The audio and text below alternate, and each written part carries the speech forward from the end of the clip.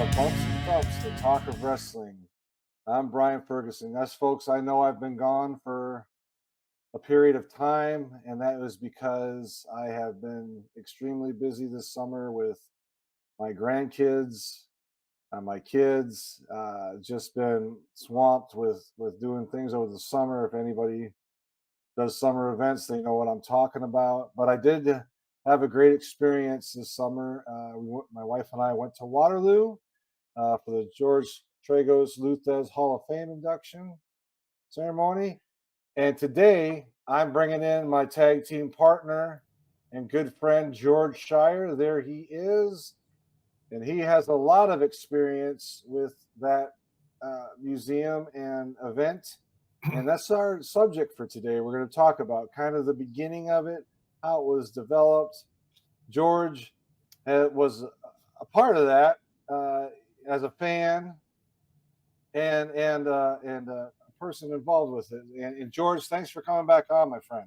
Hey, I'm excited. You and I, you said you've been busy for the summer. So have I. Yeah. Summers are busy. There's a lot going on. They are. And I've actually curtailed a little bit of my podcast visits this summer with not being able to do them. But people have to realize this is all volunteer fun, baby. We got to make it happen when we can make it happen. So, yeah.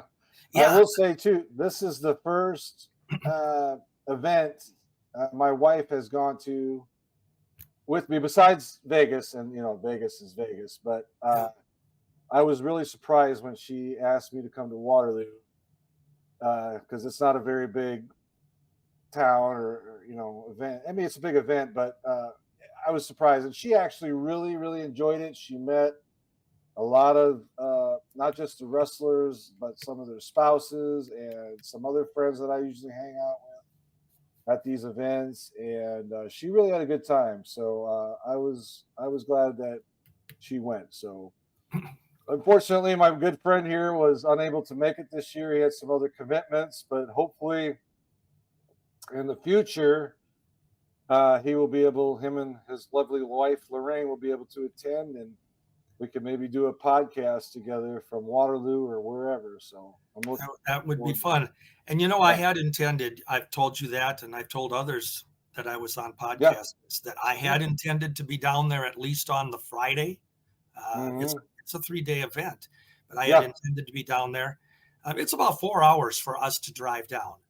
And so in the past couple of times I've been down there, Brian, it's easy to zoom down there 4 hours, get there about 10 in the morning on Friday, spend the afternoon into just the very early evening, and we can still go home 4 hours later, and I don't have to spend any time in hotels down there. I'm not a hotel guy. All the traveling I've done, and hotels don't impress me, period. So I try to avoid them if I can. But it'll happen again. I'm down the road. And I do want to tell you, and I think this was an experience for you and your wife the first time. Troy Peterson, who is currently basically the go guy on this thing, who does so much hard work, and you and I, we've talked about WFIA things and about how much goes into putting these events, these galas together. And Troy, in the recent few years now, he has just worked his butt off to put together a very stellar event for the fans and for the wrestlers who agree to come and who are honored. And I can only say thank you to him because it's a thankless job. Yeah. And so, Troy, if you listen to this, know that from my heart, you have my admiration for this undertaking that you do, because I don't know that I personally would want to. Yeah. No, he did a great job. And actually, he let Sheila and I stream from the museum there when we were doing a podcast real quick. And then I did my Rock Riddle event. He had me set it up, no problem. And unfortunately, though, Troy had put out a post saying this was it for him for a while. He had to take a break. So I guess this was his last gig at Waterloo for a while. He's just going to come as a fan. So I wouldn't begrudge him if that were the case, because as we just said, this is something that you end up doing for a full year leading up to when and if it takes place. Yeah. And every time you think you've got your I's and E's in order, something goes wrong or something new Yeah. comes up, Yeah. and you have Exactly. to change it or refine it, or so yeah, if he does, then we have to worry about, right before him it was Kyle, Kyle Klingman was Yeah. in charge for a number of years, and Kyle did a great job too. You know, Yeah. uh, so the Waterloo Hall of Fame Museum has been around, as you know, since Yeah. 1999. Yeah. Actually, Waterloo since 2008. Right. But Yeah. the museum itself, the Hall of Fame itself, has been around since 1999. It was April that year that Mm-hmm. the very first one took place in Newton, Iowa. And the only thing good I can say about Newton is we always had fun. I went down there with my late friend Jim Melby at the time, and we used to talk about going to Rootin' Tootin' Newton, Iowa. You know, and it was I don't remember what highway it was off of, but it was sort of off the interstate, and there was this building, standalone Mm-hmm. building, that became the museum, and then right next to it was a hotel, and then they had at the time they had a Culver's. It was the first time Mm-hmm. I'd ever seen a Culver's restaurant, and there were some other little things in the town, but Newton itself, I mean, that was about it, baby. The town Yeah. was small, Yeah. but Yeah. in that first year, this was so great. Mike Chapman, who you had the Yes. opportunity to meet, and what a sweetheart of a Yes. guy. What a great Great guy. guy. Great And guy. um, Mike got together and with the city of Newton, and he and his wife Bev, they wanted to put a museum together to honor the legends, the great workers of the kayfabe era, which back in '99, that's 25 years ago now. Yeah. But Crazy. so many guys are gone, you know that.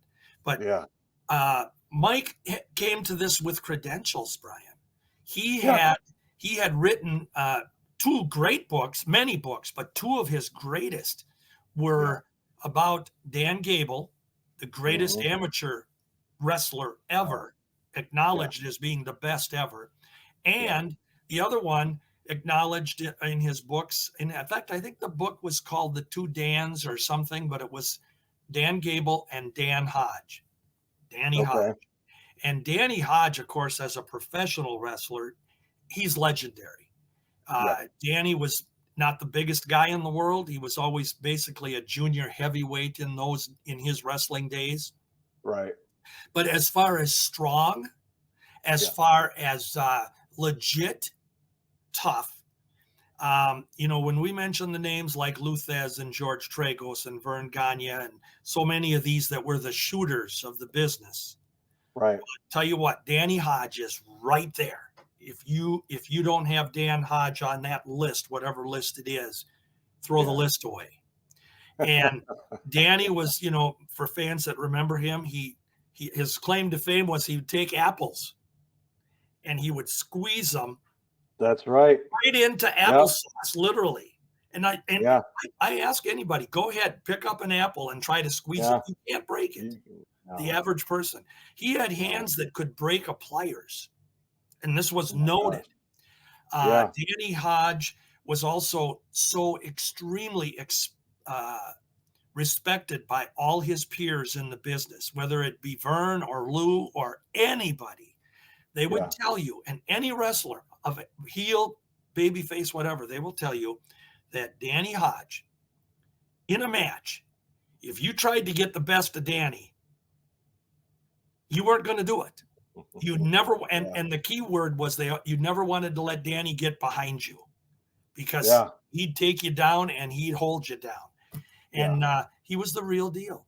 So Yeah. that was where it started in 1999 with Mike Chapman. And what was Mhm. interesting about that very first one, this was not only the grand opening of the Hall of Fame, Mhm. the Lou Thesz, originally it was Lou Thesz first before Okay. Tragos, but they switched the names, I think, the next year. So George Tragos, Lou Thesz, Professional Wrestling Hall of Fame.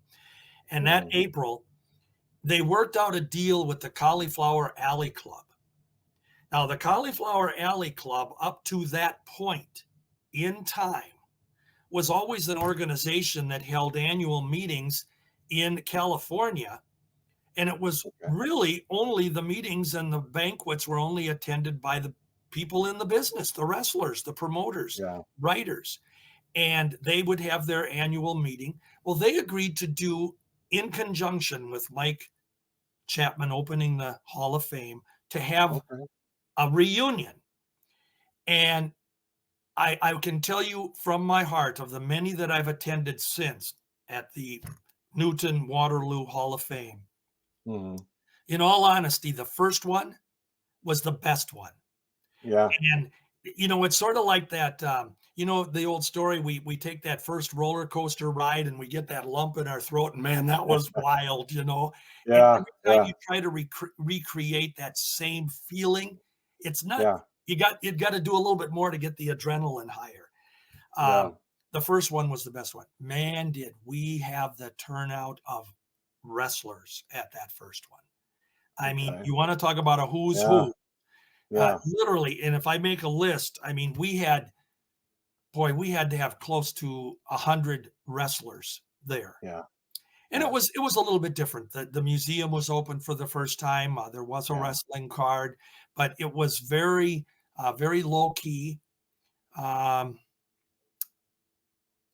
we didn't have a banquet that I Okay. remember, but there was an awards ceremony within the museum itself, Okay.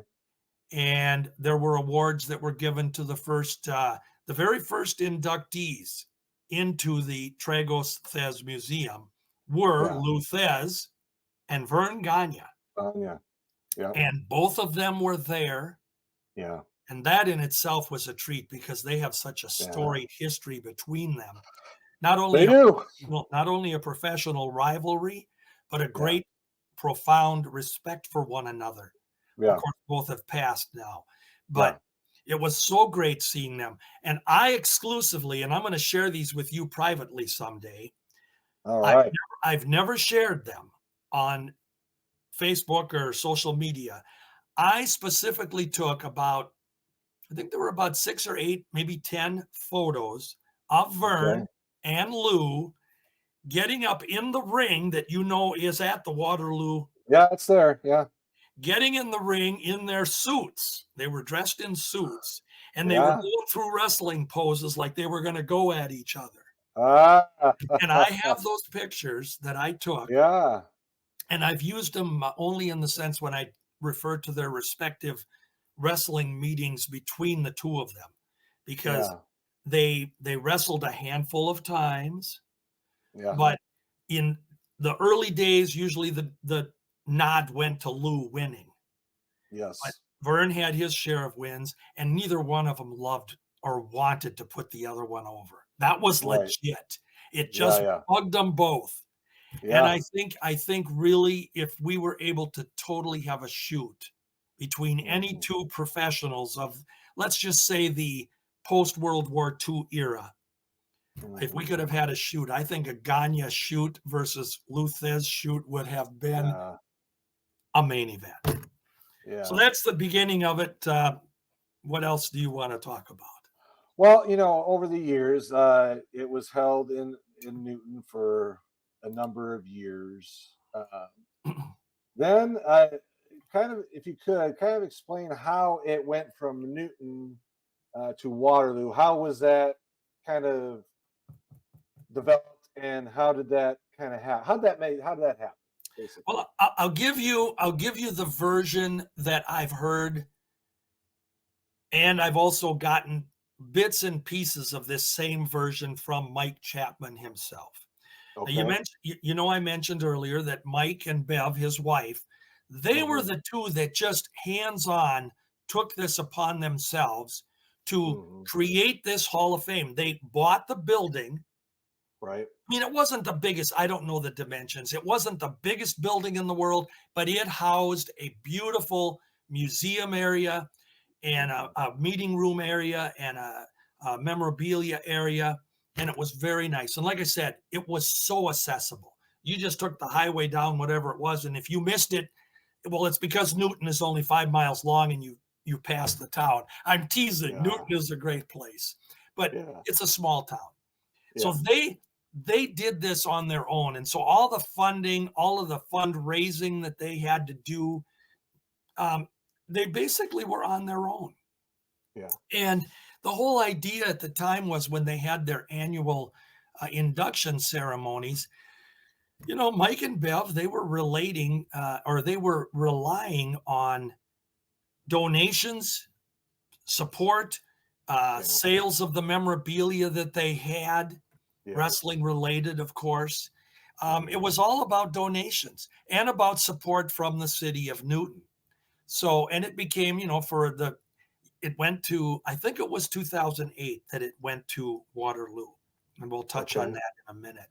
But for Okay. those 9 years, between 99 and '08, they they they had to do their own fundraising and everything to make this Right.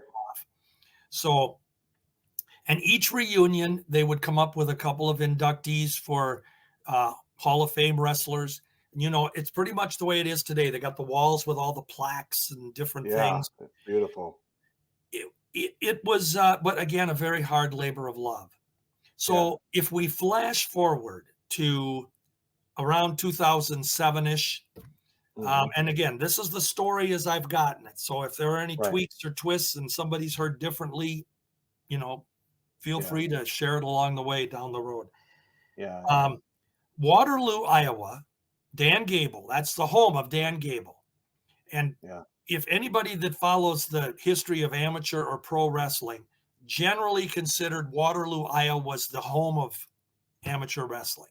And Dan Yeah. Gable, who, as you and I talked about, was even today, he's considered the best ever amateur wrestler. And that's Yes. a pretty an elite title, Brian, when you talk Yeah. about all of the pro wrestlers over the years past that were Yeah. amateurs. You can Yeah. put a Vern Gagne and a Mad Dog Vachon and just Yeah. hundreds of others that were legit amateurs. Yeah. So for Dan Gable to have that title, I mean, it's earned. Okay. Yeah. Oh So yeah.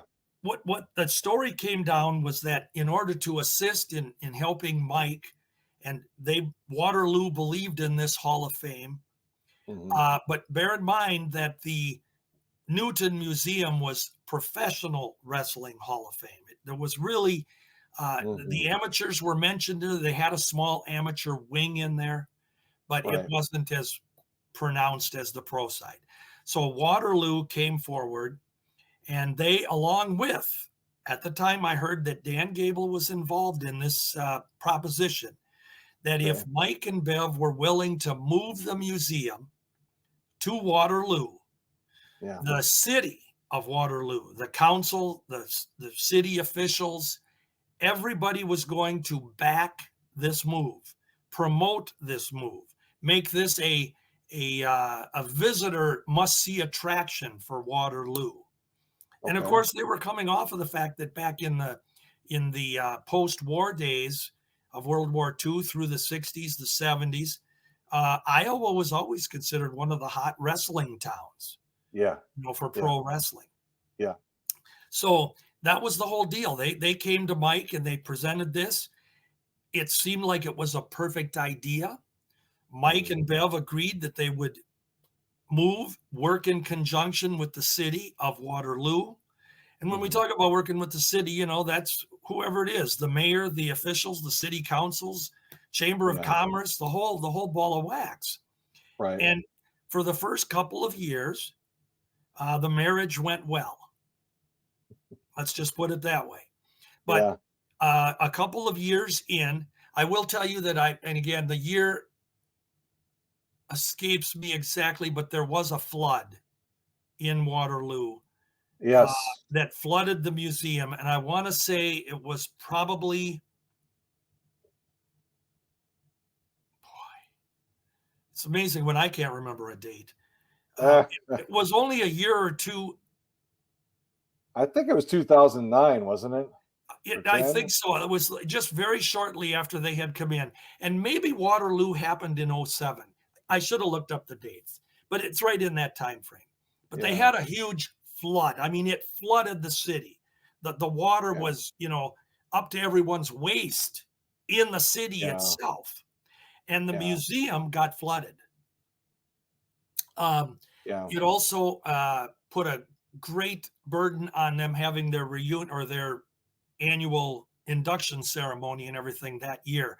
But the basement of the museum was all flooded. The museum itself Yes. upstairs was literally halfway up the walls, Brian. Now I Oh was my there God. for the induction after this had taken place, and I had visited Mhm. with Mike Chapman, and he actually took me downstairs in the basement and Yeah. showed me, and I cringed. He showed me all of the memorabilia that was lost due to water, Yeah. whether it be posters, photos, Yeah. magazines, uh, Yeah. other wrestling memorabilia that was wrecked because of the water. And it was disastrous. It was And 2008, George, just FYI. I'm looking it okay, up. okay. Yeah. Well, then for Yeah. those that want to go out and get out their Wikipedia, the most reliable source on the internet, wrong. Right? Yeah. But anyway, maybe it was 2006 or something that Mike moved to Waterloo. But it was only 5 or 6 years, let's say, into his new to that. Right. No, yeah, yeah. Yeah. So, but anyway, after the flood, things started to change a little bit. And before you know it, now this is coming from Mike at the time when he and I were chatting. Um, Waterloo was no longer really behind the museum. They weren't offering the support. The Chamber of Commerce wasn't promoting it as one of Yeah. the great places anymore. The city council wasn't backing it. And before you know it, it was like, Mike, we want you to leave. And Oh my goodness. Mike and Bev with a lot of frustration and I'm sure a lot of anger and disappointment in all the hard Yeah. work that they had put Yeah. together. Um, Basically Mike was pushed out. Wow. And I know there's more to the story than that, but that was what I had shared from Mike. And he left disgruntled, and he Yeah. never returned until, like you said, it was the first time in about 15 15 years years. that he had Yeah. been there. Yeah. And Yeah. he returned. I'm sure this was the 25th annual event Yeah. It that was. you just attended. Yeah. But in that first venture, it was a cooperation of the Cauliflower Alley Club to put it off, to Yeah. push it off and send it off. And then we are where we are today. Yeah. Before Mike Chapman, when he left, I can't remember who took over, but I know Kyle Klingman wasn't too long after that. Maybe he was Okay. the one that succeeded Mike. I don't know anymore. Yeah. But Kyle did a good job. But so many things have changed with it over the years. It's been refined to more and more of a. I guess I'd say to you, myself having attended year one, which I will Yeah. declare to my grave was the best, and Yeah. then compared to I was there last year, Uh-huh. Yeah. um, they are night and day apart from the way they are run today. But Hmm. today's version, with the success they're having and with the fan Hmm. base that we now have, you've got to know that today, 25 years after the fact, that any Yeah. fan attending there, unless they're as old as dirt like I am, they don't know who Lou Thesz was. They Yeah. surely don't know who George Tragos was. They don't even know who Vern Gagne was. The vast majority. I mean, they know Yeah. a name. They hear the name, but I don't. Right. I guess he was a wrestler. Right. Um, and that's pretty much so. It has evolved with the times to the event that you just witnessed, and it was a well-run event again. As I said, Troy Yeah. Peterson worked his Yeah. little butt off to make it work. Yeah. No, it was fantastic. That was my first one that I had ever been to in Waterloo, and the atmosphere was absolutely wonderful. All the wrestlers were very accessible. Probably the best word to use. If you were in the hotel lobby and you saw a wrestler, and you talked to him for 5 minutes and took a picture with him, they didn't care. They didn't say, no, you got to wait till you get over to the museum, take my Yeah. picture to pay the $20 Well, or and whatever you it and I is. have talked. That's a credit to any wrestler that will But do that. all of them were very, uh, like I said, willing to talk to you, and they did not. It wasn't like you were herding cattle into the Right. trough, and you only had 2 minutes to talk to a wrestler. They took their time with you, every single one of them. And I'll tell you, one of the nicest ones there for me was, besides Greg Gagne and his girlfriend Laura, Mhm. Arn Anderson. Arn Oh, yeah. Anderson, Arn Anderson, his wife, and his son Brock. Don't they look Uh, alike? Don't Oh they my look goodness. alike? Oh my gosh, Brock looks like a younger Arn. Yes. Like Uh, and they and could have wrestled as brothers back in the day. yeah, he is so respectful of his father, Brock. I mean, it was amazing, and Brock and Arn, uh, they would talk, and they talked to my wife Sheila like they've known her for 20 years. They were just talking away, and my wife, she's a social butterfly anyway. She can talk about anybody, and you know, but they were so, and all of them were. But I mean, just Brock, because we told her the story a few years back when Arn, my son. I'll just do a quick story. My son is autistic, my oldest boy, and we were at another event down in Dallas a couple years ago, and we were just talking about kids and stuff, Arn and I, for a minute, and then I told him, "Yeah, my son isn't down here right now because he's autistic, and this is a little too much for him right now because it's too many people." And he looked at me and he goes, "You bring your son down here later, and I will take a picture of them and I'll sign a picture for him, and don't worry about paying for anything." And I'm like, "Oh, that's all right." No, no. He goes, "You bring him down here." Yeah.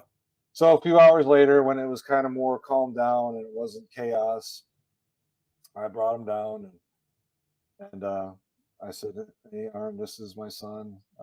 Call him Bub. He's the same name as me. We call him Bub." And, "Oh yeah, yeah. How are you?" Shook his hand, talked to him for a minute, and he slapped the TV belt over him. My son took a picture, signed a photograph for him, and then I was gonna pay anyways. I was just like, here's like $20. He's like, "No, no, you keep it. I enjoyed the conversation with your son. He seems like a good man," and I was just in awe. So yeah, just a great story about a man that, as a four horseman and supposed to be this party animal, going out all night. And, total.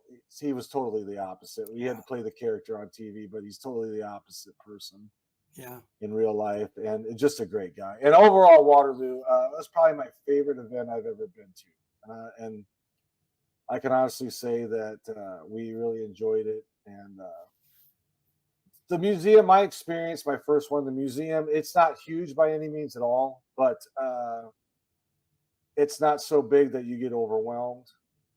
And when you run into a wrestler or anybody, you could talk to him for a few minutes, and it's really great.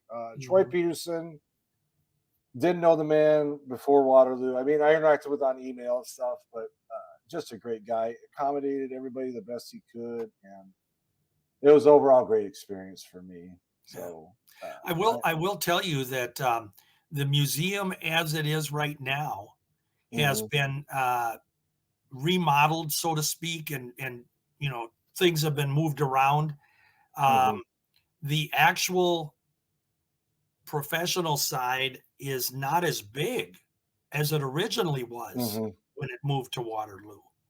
And if Okay. I'm not mistaken, don't they have like an amateur part set up there in the professional side too? Yeah, there's a little area there Yeah, for the and in the beginning, amateur. that wasn't as pronounced as it is now. Right, It's more recognized typically as the Dan Gable um, right. Museum. Museum. It's the Yeah, George Tragos Thesz Professional Wrestling Hall of Fame Dan Gable Museum, a museum. Yeah, and again, well deserved for him. yeah. The Dan Gable. Let me just real quick. Dan Gable. I talked to him. My wife and I.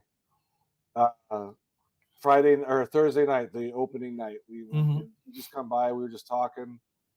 He talked to us for 10, 15 minutes. Like Very, we were, very, very yeah, personable just a guy. heck of a guy.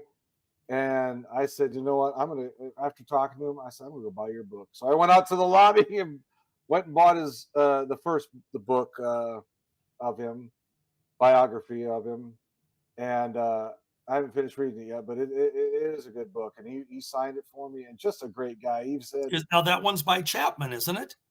I believe it is, yeah, yeah. Because I'll have I to look at it believe again. Mike Chapman did the book on Yeah, Dan Gable, and then he yeah, also did the Two Dans book.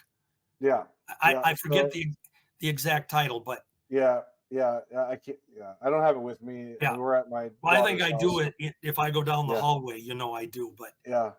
So, yeah. folks, if you're looking at the background, like, where's all the figures and all the belts? I'm at my daughter's house in Maryland. So, we are doing this because I wanted to get something out and be with my and talk to my good friend George here about this museum.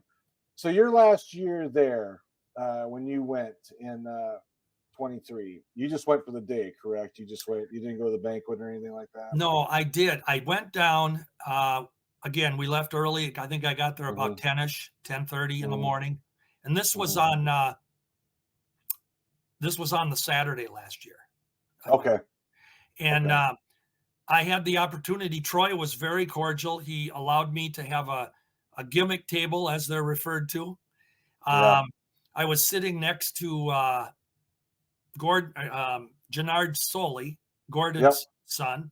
Gordon Son. was Yep. next to me, and then we had right to the left of me, we had Al Getz. Is that how he pronounces his name? The one Oh, that yeah. Yeah. Yeah. He got honored this year. he got the Yeah. Melby Award this year.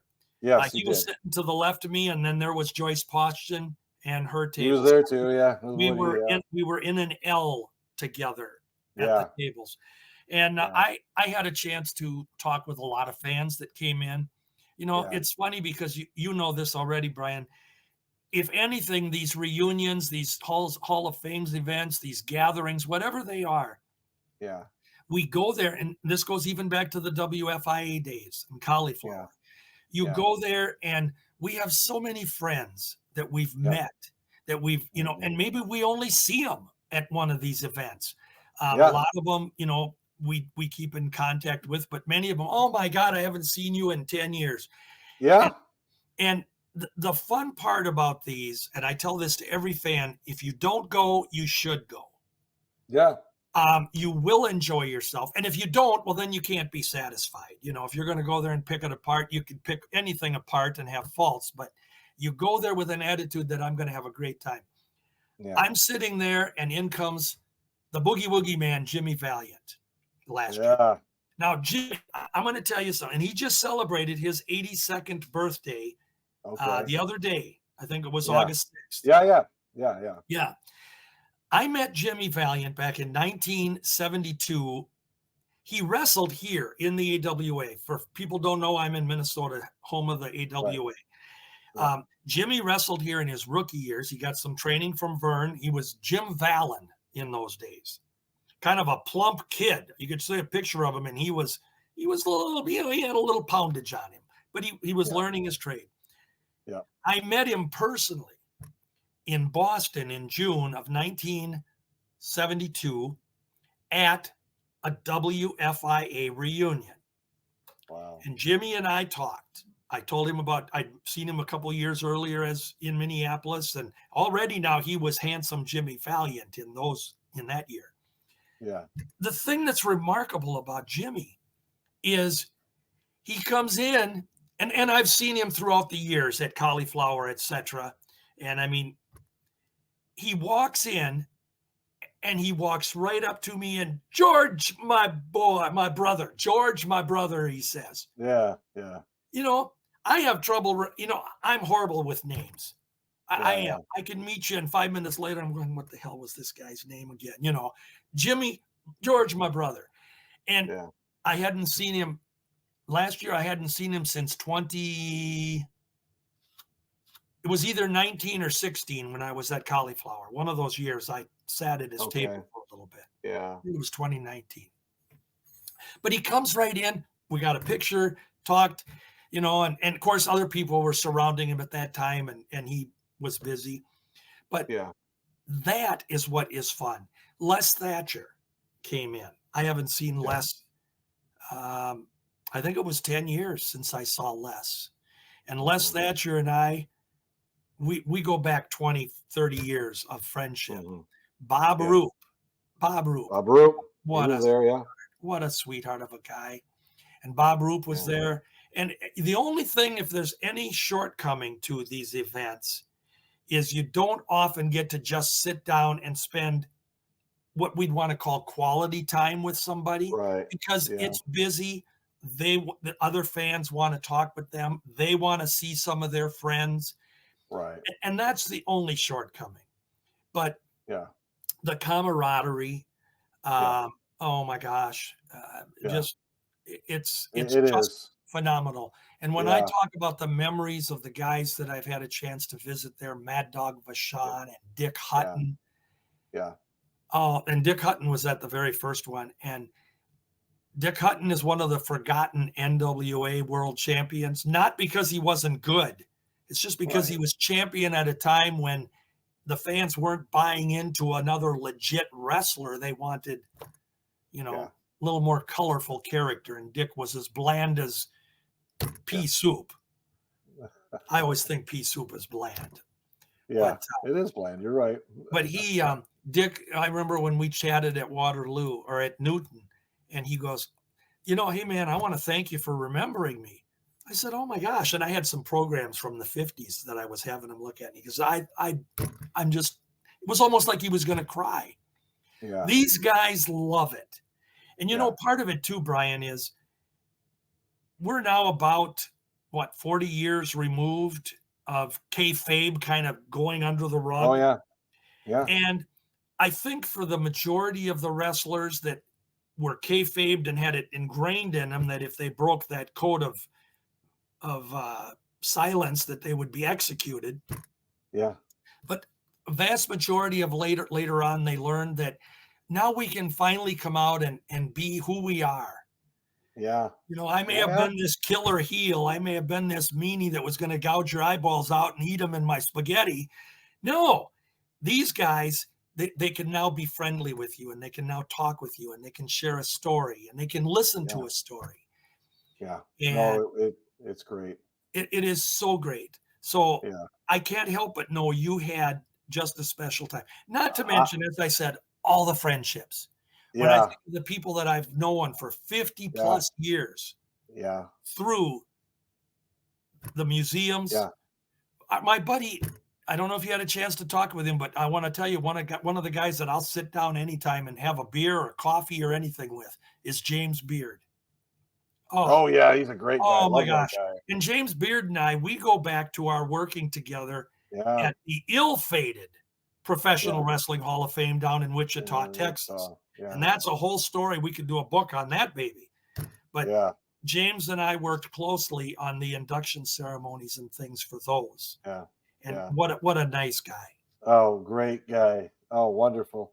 I'll tell you, it was such a great atmosphere. I mean, there's guys that's the only time I see him, like Matty Montcalm and Chris Yes, Owens. yes. Those guys. That's the only time I see.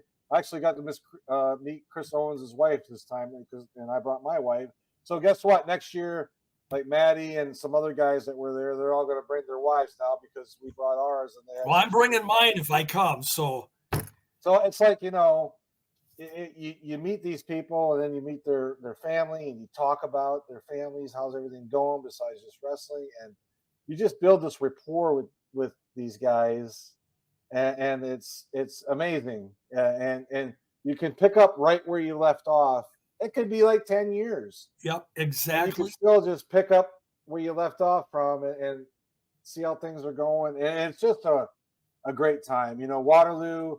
I mean, we didn't leave, but went to a hotel and the museum back and forth a few times. We went somewhere else, but I mean, overall, everybody was there, and we just had a great time and just reminiscing about stuff and changes, and you just can't beat it. I mean, like I said, I honestly can tell you, and I've been to a few other events. that was probably my favorite one I've been up to this point, as far as, because it's accessible, people are great, you just have a good atmosphere and a good time. And if anybody has a chance to go to Waterloo, go. It is worth it. It is. You might have to fly into Minneapolis if you're, not driving distance, or to Des Moines or somewhere in there, but it is worth it. I mean, it really is. I really enjoy this. Like I said, the best one I've been to. Well, and as I said to you earlier, if they do have to fly into Minneapolis, which would be a major hub for them to do it, Mm-hmm. um, from Minneapolis, the ride down, if you nonstop, you don't stop to Mm-hmm. go to the bathroom or grab a drink or something along the way, it's Right. about 3.5 hours. Yeah. So, Yeah. assuming you're going to make a pit stop here and there down the way, take your Yeah. time, it's going to be 4.5 hours, but well worth it. You can get down there and yeah. I mean, really, I drove from Springfield. It was like 6 hours, but yeah. we stopped and stuff. We ate lunch, but I mean, wasn't a bad drive either. I mean, it wasn't that bad. And we got there, and we were both excited. We had like I said, a great time. I can't even really tell you in words how much fun we had, and it was overall great weekend. So if you can go, go. Well, and that's the thing, if in all the years, and I've been to many of them, as you know, and the cauliflowers and the WFIAs and these Yeah, reunions at the museums, yeah, and I can honestly tell you that I could look back on any one of them, hmm, and and I take out the program and I look at it, and your mind starts rolling. You remember, or I took pictures at all of them, and you look at this, yeah, and you start reliving the stories and the memories and the laughs and the like. Oh yeah, my God, you know what happened here, and you got a story. yeah, yeah, And it is just a phenomenal experience. yeah. And if anybody, and like you said, I don't know what Troy's going to do. Hopefully, if he's not involved, I don't know who's going to take over. But It's Chris Olson, I think his name is, and he is taking over those duties and responsibilities. now, is Gloria Lovell going to still be involved? Yes, she's still involved. Yes, Okay. she's still there. He's the only one.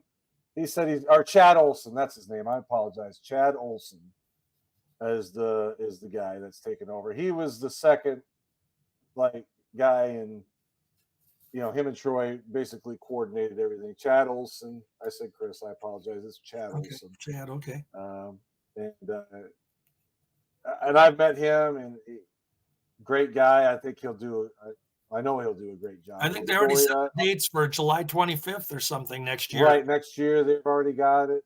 Tickets go on sale. I think this week or next week. I have to look at the date again, but they're going on sale, and I'm going to tell you, I'm going to buy mine. Uh, we had such a great time that we're gonna buy them again. And yeah, we're going. Oh, Well, if God you're willing. going next year, I will be there. Hopefully, George will be there, and we can all meet and greet and chit chat, and maybe have a drink or soda or coffee, whatever. And we might have a booth next year again, and hopefully, if George is there, we can stream. I mean, I enjoyed it, and I love talking about this. And George, again, you're such a wealth of knowledge, and I really do appreciate you coming on with me and talking about this. You're looking This for was a me to little send more. another check to you in the mail, aren't you? you I and appreciate you, and, Brian. I do. and I want to say something too. One, cat's out of the bag on this, so I'm gonna just. We've been working on a book on Vern Gagne, his Who? biography. Some guy from Minnesota. Guy, Vern Gagne. George Greg Gagne has been instrumental in it, and we've had some interviews with him, his siblings, Donna and Kathy as well have contributed some. But George has been a very, I can't even say the words. He goes with me when we go to Greg's house and asks questions as well, and has been instrumental in this. And I want to thank you here on this platform for all your work and dedication to this. I really appreciate it. And I can't describe words of how our friendship has built over the last few years, especially with on this project and other things. But your friendship, I mean, I can't say enough about you. And I'm not just saying that because we're on here. I truly believe that in my heart of hearts. And I want just want to thank you here today for all you've done and being my friend and becoming my friend. And thank you so much. I And yeah. I didn't bring a box of Kleenex. Yeah. Um, on that note, I can certainly echo everything you just said. And I've enjoyed your friendship only primarily because you are just an example of the type of fan that can make the old history come alive and want to learn more. And that's awesome. And I will tell you regarding the Vern Gagne thing. Um, yeah, you've let the cat out of the bag, and there people have kind of hinted to this that it's coming. Yeah. But here's the deal. I didn't want to take this project on at this stage in my life right now. And I will tell Yeah. fans I admitted that to you up front. Yeah. Yeah. You I've did. written books. I've Yep. contributed to, I counted, it's probably about 100 books now. I've contributed to them. And I don't have the energy or let's say the desire to do it anymore, but I will continue to help. I will continue to provide any information, assistance, photos, knowledge that I can, and I have. Yeah. The key thing is I started this idea back when Vern was still alive. I wanted to do a book on Vern Gagne. Now we're going back 20 years now, and I wanted to do a book on Vern. There's been so many wrestler books that have come down the pike, and Vern is always one that fans have said, well, Vern Gagne should have a book. Well, yeah, but I was never able to get it done with Vern. We know that Vern didn't do well in his final years as far as mind, that Alzheimer's, everything that he had. I hit Greg up with it, and we're going back 16 years ago. I hit Greg up with it. Greg, we could do a book. You and I could do a book on Vern, and I could never corral him. I could never get him to sit down. I told him the ground rules. So we got to talk. We got to talk. We got to tape. We got to write. And Greg was not ready. And in the last couple of years now, Greg has come around, and he has. I have been a friend of Greg for 40 years. Yes. And I think you'll admit this, he appreciates my involvement in it because whether he would say this or not, Greg respects to a T. Yeah, no. I can't tell you the number of times I get a phone call. Tell me this, tell me that. You're the historian. You're the guy who knows. Well, did I do this? Did I do that? Greg tells great stories, but sometimes they're embellished, and sometimes they'll say, Greg, it didn't happen that way. Well, how did it happen? So we're telling the story.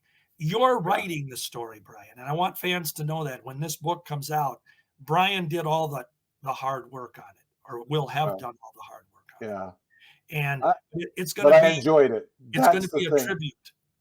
Yeah, I enjoyed it.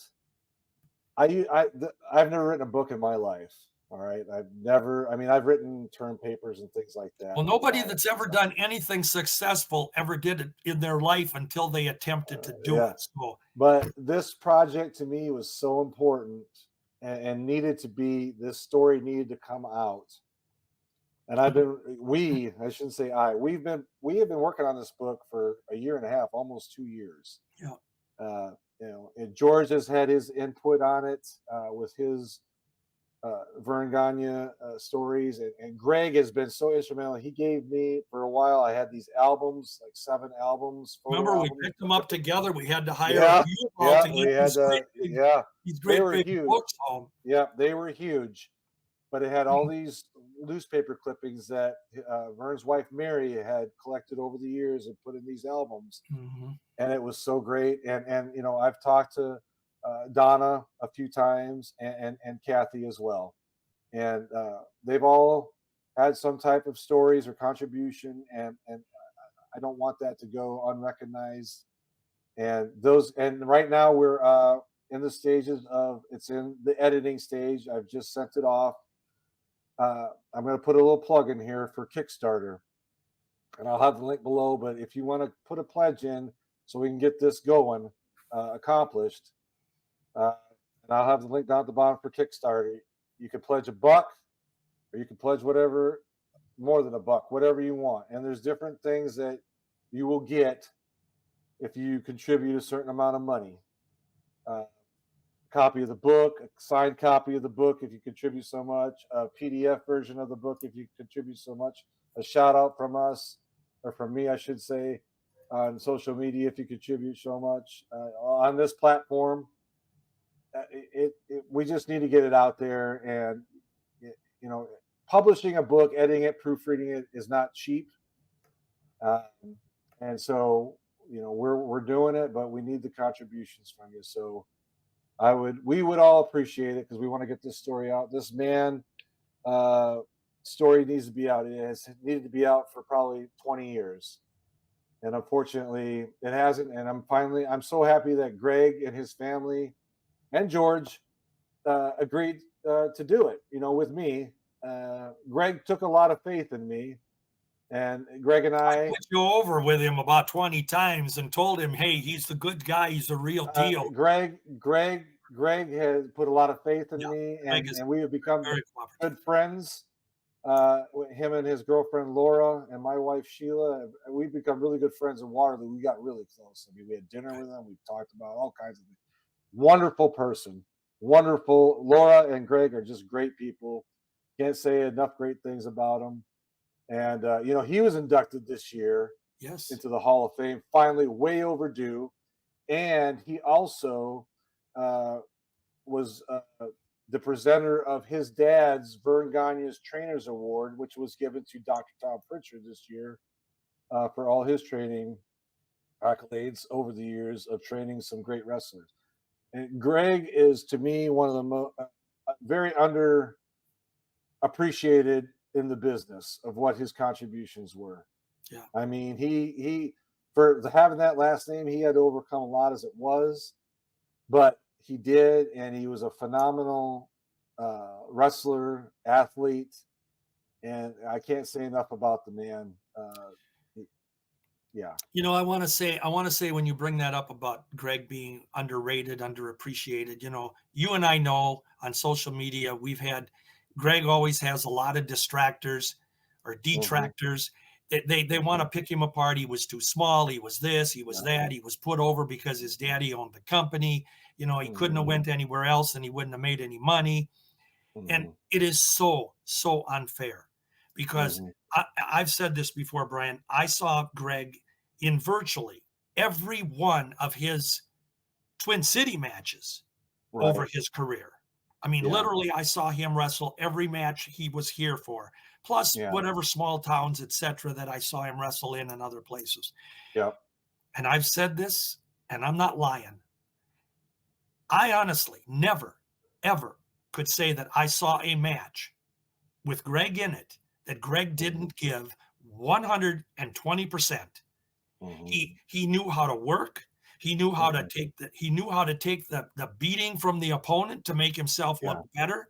He knew how to put the opponent over. Yeah, exactly. And That's it right there. And when he gets compliments, and of course our buddy Nick Bockwinkel's not here anymore, but Nick told me more than once, and I'd ask him, I'd say, who are some of the guys that you really like to work with? And I can tell you that every time the first name that came out of his mouth was Greg. Yeah. And he would tell me, he'd say, Greg was always, and he said this the way most wrestlers do. He says, wrestling Greg was a night off. And it's so funny when he said that. Greg Gagne called me up one night and he said, my daughter just called me, Gail. She called me and said, this Schire just said that when you wrestled, when somebody wrestled you, that it was like a night off. Was that an insult? No. And Greg said, no. I told her that that's the highest compliment you can get from a fellow wrestler. That means that working with you was a breeze, that we never worked up a sweat. It was perfect. Yeah. And that was Greg Gagne. And the fans just don't realize. And then the final thing we're going to add here, because this is about Vern, you just promoted it. Yep. Greg told me up front many times. He said, when I took the training from my dad and from Billy Robinson, he said, I went through everything that every one of the trainees did. And he said, and I'll tell you right now, my dad was harder on me. And he told me, he said, Vern told me, now this is Greg, says, Vern told me that you are going to have to learn to protect yourself in that ring, because you're going to have some of my enemies, some of my guys that want to see how tough the champ's kid is or the boss's kid is. Yep. And Greg told me, he said, between Vern, and Greg always called him Vern. It was a professional relationship in the business. Right. So he often refers to his dad as Vern. But he said Vern and Billy both made sure that if somebody got cute in the ring with me, some wrestler, and he said more than once I had a wrestler do something in the ring and they make some move or some punch or something, and they'd say, give this to your old man or something like that. And Greg said, I had, so to say that Greg wasn't good, I would say that on a legit basis, he wasn't built like Hulk Hogan, but Greg Gagne, I swear to God, could have taken on anybody and probably hurt him. And that was the gimmick right there. That was a work gimmick that was real. Yeah. There you go. No, Vern, and we're promoting this book, but Vern, when you went through that camp, you were ready to go. You were when you completed that camp, you were ready to go. And well, and if anybody doubts that, just look at the list of names. Exactly. You have over 144 wrestlers. And with but the smallest exception, every one of them were headliners around the world, country. And they came from the Vern Gagne camp. That's right. So, folks, like I said, I'm putting a plug in. I'll have the Kickstarter link down below in the description. If you'd love to pledge, please do. When the book comes out, get a copy, or if you pledge enough, you'll get a copy. Please. And I want to thank George one more time for coming on today and his contributions to the book. Always a pleasure. And he provided, George, just FYI, provided me some photos for the book that you won't get anywhere else. You're not going to find anywhere else. And I appreciate that. And FYI, I did give you the plug in the book, that courtesy of George Schire. Oh, wow.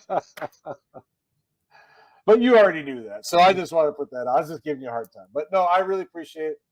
And George, thanks again for coming on today, talking about this, the museum down in Waterloo and Bern, some other stories. We really appreciate it. Always have such a good time talking with you. I feel like we could just go on for hours about wrestling. So thank you again, my friend.